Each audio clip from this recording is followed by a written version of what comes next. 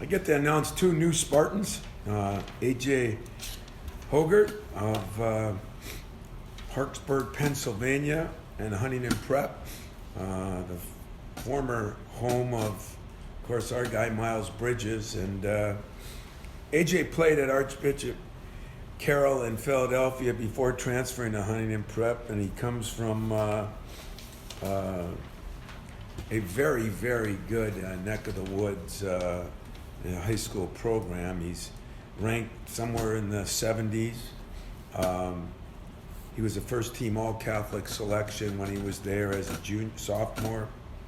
He averaged 15.6 points as a junior, helped lead his team to a 20-8 record in Class 5A quarterfinals.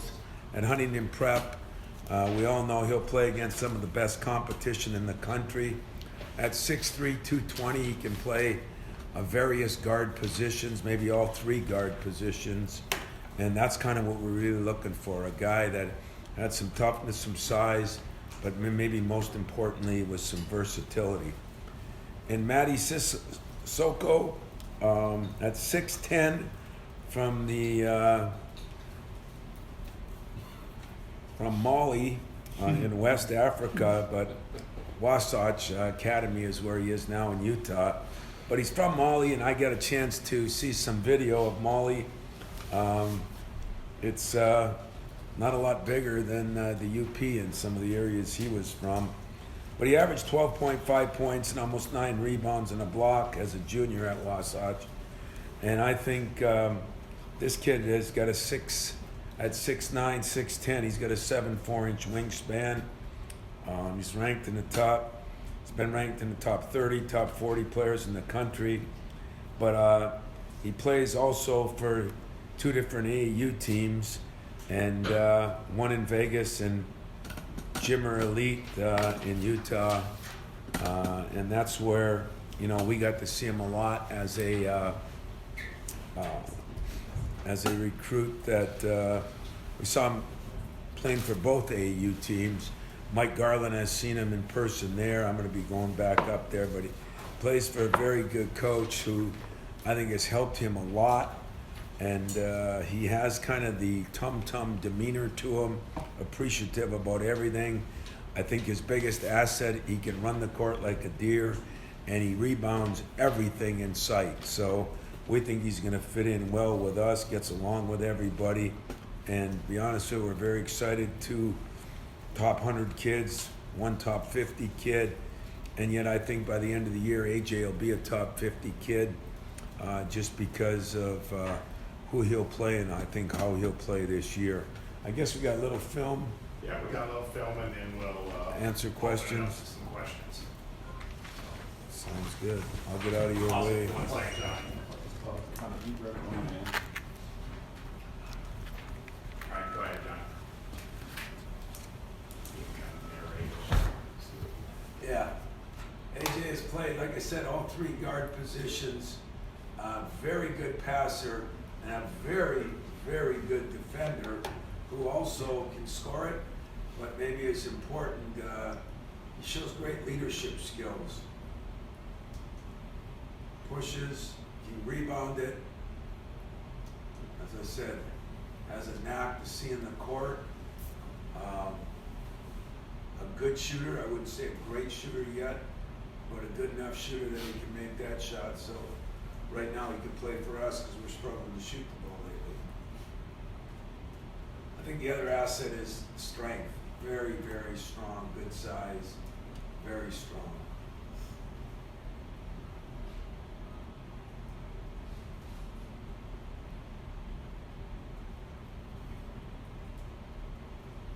Dad was a big fan of ours, and when we started recruiting him, almost said from day one that's where I wanted to go, and that really helped, along with, he too is well coached by the same coach who coached Miles, and plays in a program that's going to play just a ton of great people all year, so give him a good chance to, I think, improve as the year goes on. That's the cool part. I think he can post, he can play so many different positions.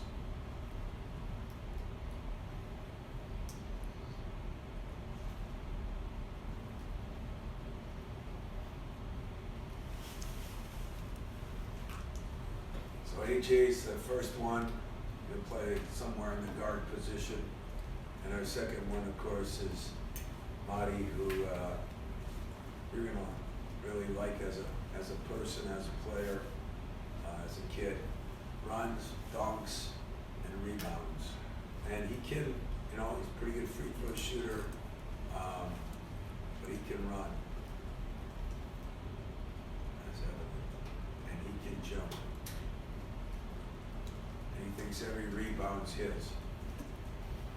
I think as he puts on more weight too, he's skinny, but he's very well built. I think he'll end up, I don't know what he is now, probably 220, but he's going to be an exciting player because of what he can do and how he plays. 7'4" wingspan reminds him a little bit of Jaren Jackson. He's a different kind of player, but same athletic ability, maybe even a better jumper.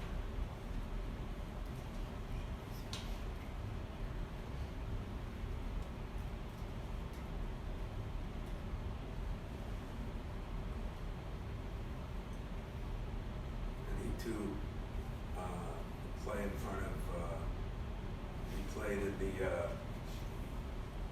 prep school tournament, the Dix, which now has changed, but that's a right and left hand jump hook. He is right-handed.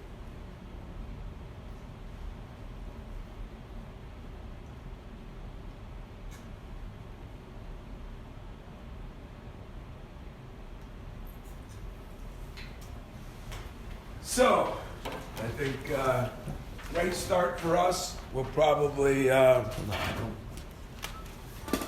sign one more. We feel like the number of guards we're losing, we're going to need another guard. And yet, you never know in this day and age. It might be, we'll check that basket sometime, I guess, and see what's in there, and then we'll figure out where we want to go from here. But game plan is to definitely sign at least one more sometime throughout the year. So if there are questions,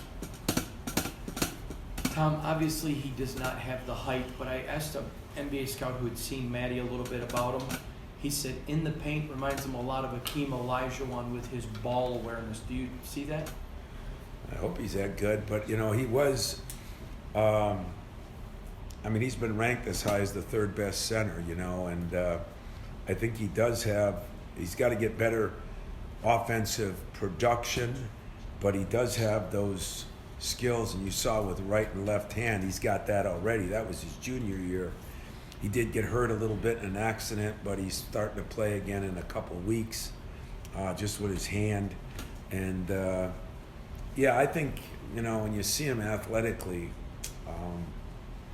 just trying to think of a guy that we've seen, I wish he has some of that Akeem's offensive production, but he's definitely got that and more athleticism. And the length is just, I'm starting to believe length might be more important than height. So you've recruited big men in the past, and you formed them into guys that can run that center lane transition. With him, he already has that component automatically. Does he stack up even further along in terms of being that five from the middle than others that you've had in the past? I think running he does, and I also think rebounding. He is he just believes every shot, every missed shot is his. In fact, every shot that goes up, he's going there. He rebounds with a vengeance, and in that respect, I think is going to fit in really well here. He'll continue to work on his offensive skills. He's a pretty good free throw shooter, but I think, running the court and rebounding the ball, and blocking shots, I think he's going to be at a very high level. I guess going along with Mady, what were some of the early signs that you saw with him where you felt like that raw potential could translate into something bigger and better, I guess, down the line? Well, as always, his high school coach, I guess, prep school coach, Dave, is, Mike went there to look at another kid, to be honest with you, and saw Mady and said, man, I really like this kid. This was a year ago. And we started recruiting him a little bit, and then when we got to know the kid, another kid from, from West Africa that just academically, personality, you can talk to him, he calls you back, he's kind of what, I guess if we said our kind of guy, he's kind of our kind of guy.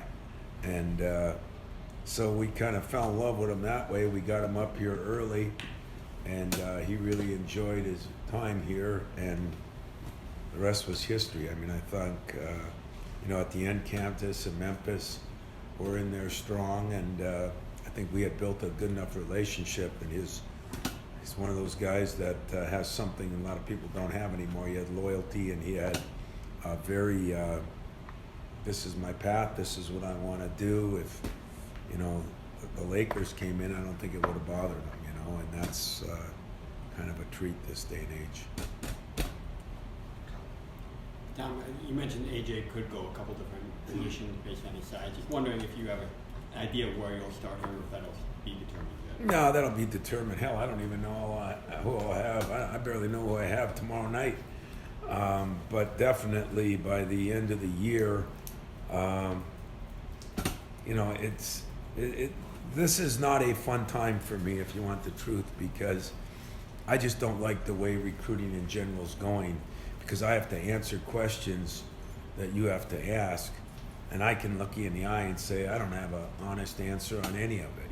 I think we're all going to be flying by the seat of our pants. I think that's what they want, and that's probably what we're going to get. Hopefully we're going to do it in the best organized way we can to keep some, process here that makes sense for keeping your program above ground. But it isn't like it used to be where, you had a junior, you had a senior, you had a freshman. You thought you were getting some guys, you knew they might be 1 or 2 and done. Some guys you thought would be 4-year players. I don't think there's any such thing of any of those anymore. So I just know this, the more versatile players we can get that can play multiple positions, the more it'll benefit us. But depending what happens, with a lot of different guys on our team, that if they have good years, if they come out early, if they do this, if they do that, it's a little hard to say right now. But I do feel comfortable that he's a guy that can play multiple. He passes it good enough, play some point. He's strong enough to play almost a 4 in this day and age. So I think he'll be able to play all over the place, and I think that benefits us. He can guard a lot of different positions. I think consistency with that 3-point shot will be one thing that he'll have to improve on. Maybe getting him in great shape. I think he's in decent shape, but I think he could improve in that area. And yet, we kind of fell in love with him just listening to him on the bench, to his teammates. He has very good leadership skills and is not afraid to use his voice. With Hoggard, you mentioned that you're talking more on the offensive side with the three positions. I would imagine that defensively, could he guard 3 positions? Oh yeah. And do you see that? You talk always about the Detroit toughness. I mean, there's always been there about the Philly kids too. Philly I'll say that since toughness. Quinn isn't here. So. Yeah.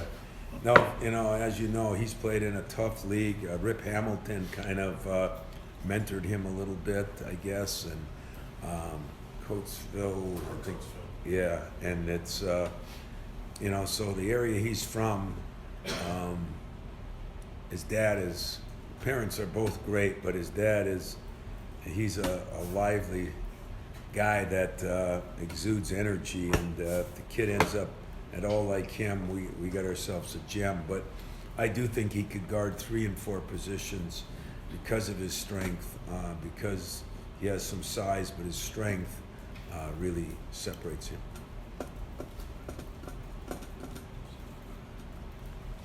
Do you have a comparison for AJ and I guess Mady too? I don't think I heard you say that. Usually, Mady's different than most guys that we've had.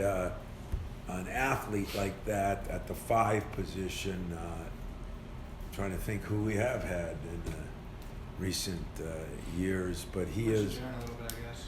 Yeah, Jaren a little bit. He's probably more athletic. He's not as big as Jaren. Doesn't shoot it as well as Jaren, but can run and do some things that way. Plus, I think Whereas like Jaron, his personality is effervescent. He's one of those guys you're gonna enjoy being around, I think. And AJ, you know, I mean, he's got some Allen Anderson in him that he can play different positions. He's got a great first step. Needs to shoot it a little better, probably a better shooter than Allen was when he came, but he's kind of like that. Just trying to think who recently. You know, they're kind of unique. They're in their own way. You know, the versatility thing, you know, is he versatile like Denzel Valentine? He might be, and probably shoots it as well as Denzel did when he came. And now whether he'll improve on that like Denzel did, only time will tell. So, I don't know. They're more kind of got their own personality, their own guys. But I do think it's good to recruit a guy that can both pass it, shoot it, and guard it. I think that is really needed. You know, that's the one thing we're missing with Josh right now is we need a guy that can do all three. Josh could do two of the three. You know, wasn't maybe the best passer, but he could definitely guard it and shoot it. And I think this kid will be able to do all those things before he's done. You mentioned you got another opening. You go a lot of different ways with it. I think I'm pretty sure we'll go after a guard, but who knows what's going to happen between now and the spring. You know, I mean, there's a couple of guards we're looking at right now, to be honest with you, and we'll look that way. But you know, we might get to take the best player too. I think so many things are changing now. You know, who's in that magical chair or box or pail or whatever we're calling it that I'm not calling it, who's in that would make a difference. You know, I think depending on what everybody does, I might need other things, but I feel really good right now about this. I think inside we've really got some solid, we're getting more and more excited about, you know, the progress those two freshmen are making. I think both guys are demonstrating some things offensively and defensively that are going to be good for us. So I think we're going to need help. When you lose Kyle, you lose Cassius, of course, and we've lost Josh. We're losing a lot more at the guard position, and hopefully that's something we'll show. Is there a little balance too of whether you have to use it now? You could always say, let's not force it if we don't think we have a Yeah, guy. you know, and I guess that depends on, let's see, what are the variables now? Who goes pro, who enters their name, who transfers, or who graduates. We got a lot of different, recruiting is a confusing part of my job now, but you're right, we could hold the scholarship depending, but I think this day and age, everybody says you should hold a scholarship till late, so maybe this works out good that we used two and we've kind of got one to go. But when you start doing the numbers, guys, the one thing that I wouldn't at any school anymore figure on is, you know, you want to say, well, you got one scholarship left, you got no scholarships left. We got a lot of scholarships. Everybody's got a lot of scholarships every year, and that is the sad part of what's happening. You know, coaches are going to be doing more where if a guy isn't playing to his best, they won't be keeping guys like they used to keep them. It's just, it's one of those unintended consequences I think you're going to see that doesn't benefit the student athlete. And maybe that won't happen. Hopefully it'll happen very little here, but I think it's going to be a mad rush for it before it's over. Yeah, that was kind of where I was going. I mean, you kind of mentioned that about keeping one back for the spring with the split signing periods. I mean, is that something that you have to start thinking more of just because of the additional guys that get put back onto the market with their decisions? That's a good way to put it. Put back onto the market. Well, the other thing is, you know, I think there's always going to be scholarships to have. You know, we're teaching kids not to be happy to go through a process of any kind, so we've all got to be prepared for that too. It's It'll probably end up the worst part of my job, but today is an exciting part of my job because I'm very pleased and happy with the 2 kids we got.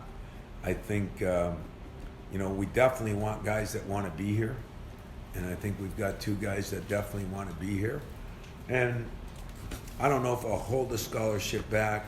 I just think that every spring you're going to look at most programs, and see that they have more scholarships than you'd think they'd had in the fall. And, I'm hoping it doesn't happen here. I'm hoping that we can keep some roster management issues solid, but just looking at the landscape of everything, I think these are one of the things that are going to be hard for coaches, hard for programs, but I think they're going to find out as more and more people think the transfer route is the way to go, that there's going to be unintended consequences, that maybe they don't get to go where they thought they were going to get to go, and then do they even have a scholarship at places? And I will publicly say I feel bad about that. I will privately say much worse, and I will always say that I still have a feeling when it's all said and done, more kids are going to lose out than benefit. And that's sad for the kids because, if I leave here tomorrow, if somebody else comes the next day, these walls ain't caving in. College is going nowhere. It's still the kids that I think I worry about more than anybody. 2 recruiting questions, Tom. First of all, you've talked about when a player leaves early, it's good for recruiting, but I'm curious, you have a potential couple that you never know could go. You mentioned the transfer, whatever you want to call it, whatever. How hard has it exponentially made recruiting more difficult when you think your class is signed? You almost still have to be watching and recruiting in case any of that happens. That's my first. Well, there's some major program teams if we're in that blue blood group, but there's some others in that blue blood group in the last 2-3 years that are signing guys the end of August for that year. That's never happened in the history of the world. That's what we're up against. So, my job will end. When do we start school? It's a 12-month process. Yeah, that's a better way to put it. Whatever the day we start school, my job will end on that year's team that day. And then it starts for the next 2 or 3 years. So the days of my first, I think it was somewhere 7 of my first 10 years, we had commitments from every kid in July, and you kind of knew you were done then, and you kind of knew what most of them that day, that boat has left, that horse has left the barn, and which is okay, but I do think it's going to get harder on coaches because how do you be honest with a kid? How do you? There's schools out there recruiting like, you're going to be the only one, and then in August they pick up 2 from the transfer area. So it's just going to be very difficult. I think kids are going to be going crazy on that, and I think coaches are going to go crazy because you're right. We'll never quit recruiting. We won't quit recruiting for next year, and we won't quit recruiting for the year after and the year after. That'll never end, and it'll drive you guys a little bit nuts, us totally crazy, but that's the way it'll be. The second question was watching a national discussion today about the transferring and how it's players' rights and all of the things that we've heard. So I have a question, since everyone says that these kids could, when they prepares them for the real world, where they could leave for their job, would you like to see if they're going to give players the ability to transfer whenever they want, that if a player doesn't perform to the standards that you recruit them, that you could let them out of their scholarship and dismiss them? No, you know better than that. That's not the American way. It's there's a lot of one-way streets in that situation, and some people think it's a one-way street that coaches can leave. I can't argue that. I guess I could leave anytime I want. I think I know what it would cost me or a lot of coaches, but guys, we get into a philosophical discussion with some of my favorite people on TV that are my favorite people. But I'm not going to do that because I don't know the ramifications of all this. I'm just amazed how all these people are commenting on these different topics that are out there. And, you know, usually we have these long studies before we change policy. We're doing it like that now. And when you do it like that, there will be unintended consequences.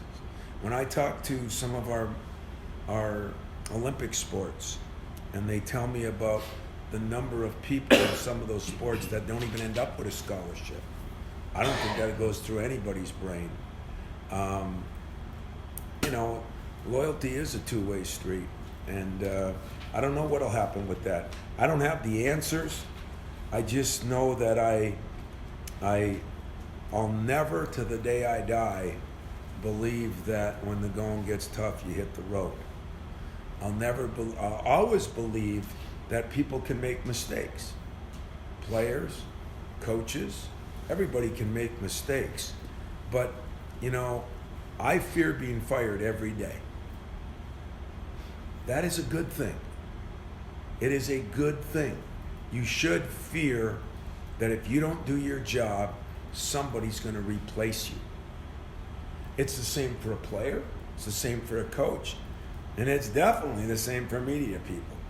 You know, you don't do your job, someone should replace you. And so I just feel like it's going to cause more kids to just jump out and not really fight through things. And if that's what you are, that's probably what will happen to you at a lot of different places, in my opinion. Other people have different opinions. I will say this, I know what I believe, but I'm not going to arrogantly say I know what's going to happen, because nobody does.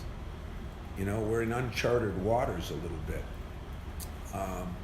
So I'm just trying to get my arms around how do we handle it. You know, it wasn't that long ago that we had a 4-year scholarship. So if we gave a kid a scholarship, he was guaranteed that unless he did something criminally wrong, he had that scholarship for 4 years. I don't even hear about it anymore. You know, I don't know where that is, but it's going to be, in my opinion, it's going to be a little crazier and a little, I don't enjoy what I'm seeing. That could change as things go on, and, you know, maybe it works out. I worry about the culture of a program. You know, if you don't have people in your program, you don't have juniors and seniors teaching your freshmen and sophomore what to do. There's just a lot of things. I worry about fans being connected to players that they usually get to be connected to for a few years. So I look at all those things, but other people that are a lot smarter than me look at other things. And the rights of a player, I mean, I'm not against the rights of a player. You know, I'm not against the rights of a player in any way, shape, or form. I think when you go with not as much accountability, with no rules, then it becomes the wild, wild west. And that's my take on it. We got time for like one or two more.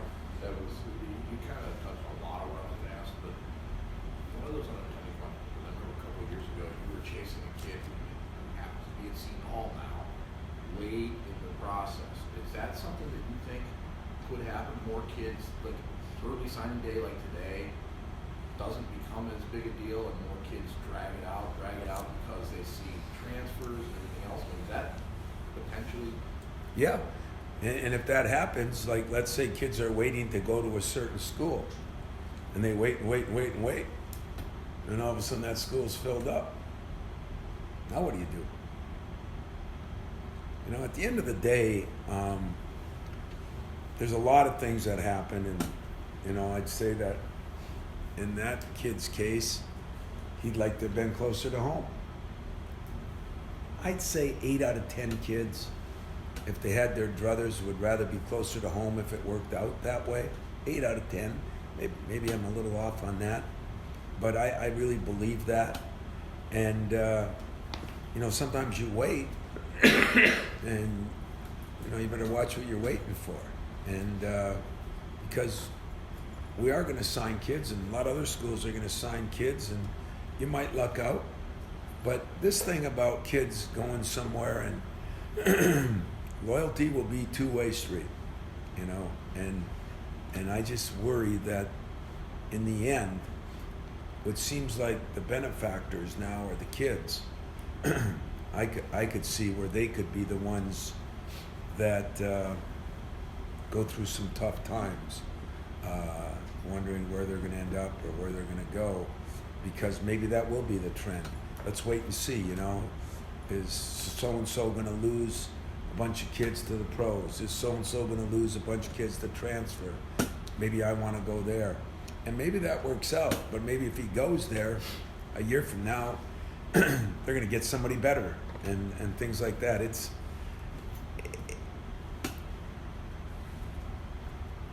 I've been in this with a lot of my good friends that I can't say I totally agree with. And consequently, they try to educate me and I try to educate them. And it's just a philosophy.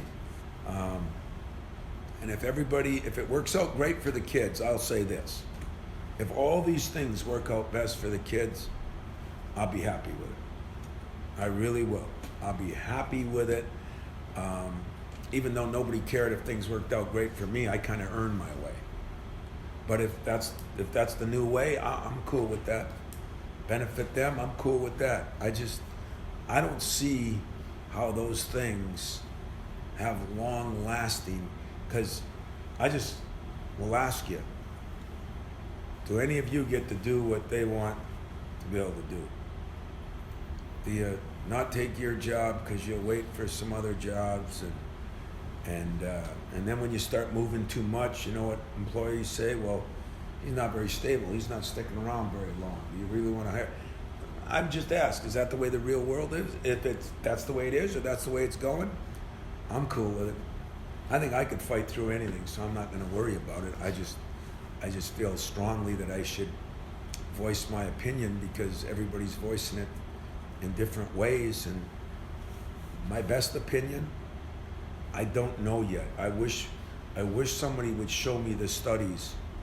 I've got a very good player that left here a couple years ago that's back home, and that bothers the hell out of me. It really bothers me. But we just keep talking about LeBron and Kobe. We aren't talking about, that's a couple. We're not talking about the many that don't make it. And those are the guys that worry me, because I'd probably be one of those guys. Last one? Anything else? Somebody had one. All right, gang. Those of you who are traveling, travel safe. Yeah.